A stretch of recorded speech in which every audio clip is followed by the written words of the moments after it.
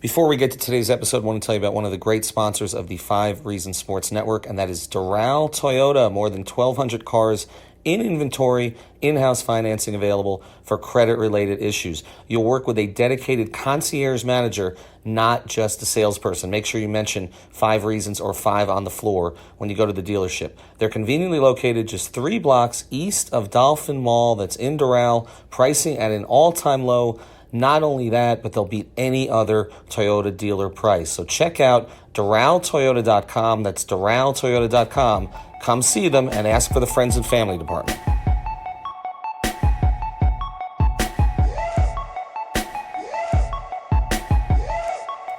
Welcome to 5 on the Floor, a Miami Heat and NBA podcast from Ethan Skolnick with Alphonse Sidney, aka Alf954. Brought to you by the 5 Reasons Sports Network.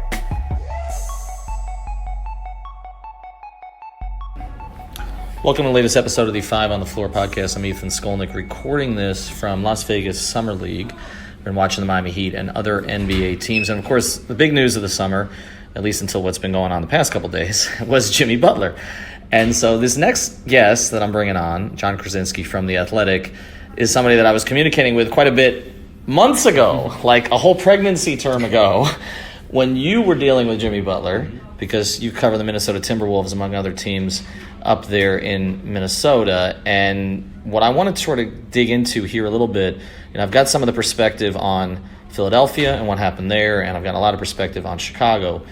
But what I'm curious about with you is why it soured so much in Minnesota for Jimmy when it seemed to start so well. I mean, yeah, I've wrestled with this quite a bit myself over the last year as I try to retrace the steps and try and figure out exactly where it went wrong. And the complicated answer to that is there were multiple reasons, and there was a different reason every day that kind of bounced back and forth. There were people who were telling me that if the Wolves last summer would have been able to clear enough cap space, which means probably trade Wiggins and Jang and Teague and package a bunch of picks and stuff to sign Butler to a max deal then, which is almost impossible. But if they would have been able to do that, Jimmy may have just signed that and stayed and been fine. There were other times, I think, where there were real frustrations that Jimmy had with Karl Anthony Towns or Andrew Wiggins and kind of waiting for them to get to their point in their career where he was at that point in terms of the established star that was ready to win. I think that he also, what we have, seen now by orchestrating the trade to Miami, I think we can say pretty confidently that he wanted his own team. He wanted to be the man. And I don't know that he thought he could be that in Minnesota just because Towns was already there and established, clearly very talented, even if he has not yet taken that leap yet. But he was always going to share that spotlight too. And so there were myriad reasons, and I'm telling you, when you went through it on a daily basis in that saga, you would get different answers every day about, Jimmy, why don't you want to be here? What is wrong? And so I don't know that at the end of the day that there was one that you can absolutely point to and say, this is the reason that it didn't work. But it was kind of a compilation of all of these things that mixed together in this stew of dysfunction and led to Jimmy saying, this isn't it. Wasn't Tibbs supposed to be the buffer there, though? I mean, after all, he coached him in Chicago. He coached him hard, as hard as anybody's ever been coached, except maybe Luol Deng, which Lou had to deal with the same thing. And then he went and got him in Minnesota, and this was supposed to be his guy. And then that soured also. Why did that sour? Well, yeah, so there were a few people in the Timberwolves organization while Jimmy was orchestrating his way out who said to him, Jimmy, you're never going to have it any better. This coach here, who is also the president of the organization, loves you and will take any bullet for you. Even while Jimmy was making things very difficult behind the scenes and really causing a mess intentionally to force the Timberwolves' hand, Tibbs never ever once even said or anything remotely critical about him. So there was a real devotion between the two of them. And so I think the issue was for Tibbs is that all Tibbs wanted to do was coach and say, I got these guys, you're professionals, show up every day, you get your paycheck, and let's clock in, let's work, and let's do this.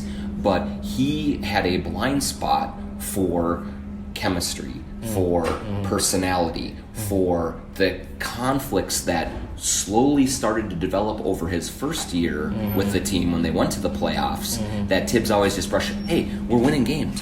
Why is everyone worried? Right. And they never were addressed. And so the longer those things festered, then it turned from a very small problem into a very big problem, and by then it was too late to say. Why didn't he like playing with Karl Anthony Towns? Well, so I think both with Towns and Wiggins, you look at, they are polar opposites in every stretch of the imagination. Jimmy Butler, this homeless as a kid, parents weren't around, sleeping in a car sometimes, went to junior college, then went to Marquette, end of the first round draft, fighting, scratching, clawing for everything that he got. Then you have Karl and Wiggins, both come from two-parent households, very supportive families. They were prospects from the time they were in diapers. They went to Kentucky and went to Kansas. They were super highly recruited. They were both number 1 overall picks. Wiggins got the massive contract extension technically without really even earning it. Right. And so I just think that they were so different that they just never could find the common ground. And I really don't think it was a case where Jimmy was like, man, I hate these guys. Right. Like, I don't want to be around them. Like, I'm done with them like that. But I just think that it was always like he was looking at them and like, these guys speak a different language than I do. They go about things totally different than I do. And so there was never that connectivity that he had with Taj Gibson, Derrick Rose, Luol Deng, like the Bulls guys that were all kind of these grinder. And I always say it with hesitation because it's not like Wiggins and Towns didn't work incredibly hard. I mean, they're really talented guys, and you have to do that to be number 1 picks, but they just came in entirely different paths, and I just don't think that they were ever able to find any sort of common ground that made them feel like teammates. So Jimmy as a player, when you look at the numbers in Minnesota, they were excellent. There was no other way to look at it. Philadelphia, they dipped a little bit in some areas, but that was kind of expected, where he was going to more of a... He ended up being the first option in the playoffs, but he was supposed to be the third option, or that was the way it was supposed to play out. My concern about Jimmy, and I've raised this with other writers, is it's not so much the wear and tear from Tibbs, it's the style of play and the fact that he's not an elite three-point shooter or even close. And my concern is, as he gets deeper into his 30s, we used to talk about that with Dwayne, but Dwayne was so intellectual in terms of the way that he went about doing things and adjusted his game in so many ways that it almost didn't matter that he didn't become a really good three-point shooter. For Jimmy, do you think it matters? Are there parts of his game that still need to develop for him to be effective when he's going to be making $40-something million a year?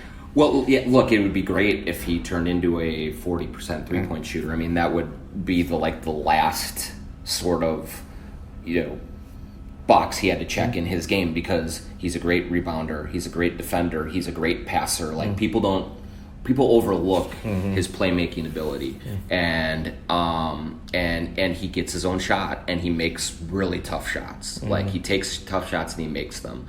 So from a pure playing standpoint, he's a great player. He will make people around him better. The one thing that was sometimes hard to watch with the Wolves is both with him and Rose kind of got into iso ball and dribble, jack a contested 20-footer. Sometimes it went in great, sometimes it didn't. But so there was times like in those close moments where he would occupy the ball a little bit more than you'd like. But I mean, overall, I really have a hard time finding many holes, other than the three-point shooting. I just think he's so crafty too that even as he gets older, if he doesn't become that three-point shooter, he'll still find ways to draw fouls, get to the line, and he'll still be physical, and he'll still take the fight to the opponent, and that will help him age. Okay, now the question is will his body hold up? Right. Will his body allow him to do that? But from a mentality and from a skill set, like, he's just a hell of a player. Where do you have him? 15 in the league? Where do you put him? Yeah, I mean, like, off the top of my head, I mean, I think, like, when he's healthy and rolling, I mean, he's 12 to 15 probably there. You could make, like, the one season in Minnesota where they went to the playoffs before he got injured, he was definitely top 10 that season. He deserved MVP votes when the Wolves were in the third seed before he had his knee injury. So he was a remarkable player then. But yeah, I think, like, big picture, looking at the whole thing, I would say anywhere, depending on how he's playing, somewhere between 10 and 15, I think is a fair assessment. He's an all-NBA player every single year when he's healthy and, like, in a spot that's going to maximize him, I think, like Miami will. Final one, and I've asked all the guys this. I mean, you deal with players every day, and we have to learn to deal with stars every day. Yeah. And, whether, us in Miami with LeBron and Dwayne and Shaq and others we have to deal with, he was the star along with Towns up there. Give me one interaction that kind of typifies who he is as a person and the way he interacted with you guys. He was, like, I really enjoyed dealing with him. He could be combative, but it was never taking it personally. Like, he will just challenge your line of thinking if you're approaching him with something, and sometimes he'll grant your point and sometimes he won't. I remember at the All-Star game when he and Towns were both there, my story was, hey, look at how different these two players are, and they are finding a way to make it work at least, and getting this team to the playoffs. And I said, Jimmy, what's it been like trying to play with a guy who, from a mentality, personality perspective, is just so different from you? And he just said, well, how's he different? And I said, Jimmy, you don't give a shit, and he gives all of the shits. Like, Towns is very image conscious, very polished. Right. Jimmy is very raw and real, and to his detriment sometimes, to his better sometimes. And he's like, yeah, you're right. He's like, but, like, he is an incredibly compelling interview. There will be days where you look at him and be like, is he seeing the same world that I'm seeing? Right. But, like, when he really does kind of open a vein and kind of takes you through what's going on in his mind, sometimes it's a roller coaster, but he doesn't hide. Like, he takes on all comers, he takes on all questions. And he's not afraid to share his thoughts, and if that ruffles feathers, that ruffles feathers. So I found him incredibly compelling, even if I couldn't figure him out all the time. It was always an entertaining and enlightening kind of session when he decided to give his views on things. And so from that aspect of things, I think people will be drawn to that a little bit. I mean, it's easy to get caught up, and he's very charismatic, and he's very much an advocate for himself and for how he views the world and through a basketball prism, and so the thing that I always go back to with stars is there's a tax you pay and you have to deal with some of the bullshit. Right? Like, I mean, Towns is the same way. Like, there are people that complain about how he's too polished or he does this or he does that. The guy is an unbelievable player. You got to deal with some of that. Jimmy is going to poke and prod and ruffle feathers, but you have to deal with some of that. LeBron had his things. Right. Every one of them, almost, outside of maybe Steph Curry and maybe Dwayne, I don't know, but, like, there are very few that are low-maintenance superstars. Yeah. No, superstars you better just buckle in and be ready for. No, it hardly exists. I mean, it's, and there's always the line, what is a superstar and what isn't? And, like, Chris Bosh was incredibly gracious and one of the easiest players to deal with I've ever had in Miami. But, it was close to the line. He wasn't leading a team there. He was in Toronto. It's a little bit different. LeBron actually is very similar to Jimmy in that way, that he'll answer the question, but he wants you to explain it to you. Yeah. Explain it to him. And then, if you explain it to him and you show that you know what you're talking about, that you've been paying close attention, he'll respect you, and the next question will come easier to him. Final thing, I always say final thing after the final thing, but final thing, did you like the trade for Miami? Yes, I did, because I don't think Miami was going anywhere, right, with the way they were currently constructed. And so in that state where they're in this salary cap hell and they have a bunch of guys that are pretty good, but no one's top. You're not toppling Giannis with the roster as it was constructed. Right. So go for it. Right. Like, this was a way to really shock the system, to bring in someone who gives you a chance. At least a little bit, and then maybe you can add pieces around them if it's a Westbrook or it's whoever. Right. But it wasn't working that way. So maybe this won't work in the end. Maybe you won't go to 2 or 1 in the East and raise another banner. But at least it shows that what was happening there was not good enough. Right. So let's try something else. And I think Jimmy fits that culture. He fits that environment in Miami, and if you can get that synergy that he never found in Minnesota, that I don't know that he found in Philadelphia, he could be very, very good and get people to follow him. I think he and Pat are kindred spirits, so I think that ultimately is going to play out. Jon Krasinski, what's the Twitter handle again?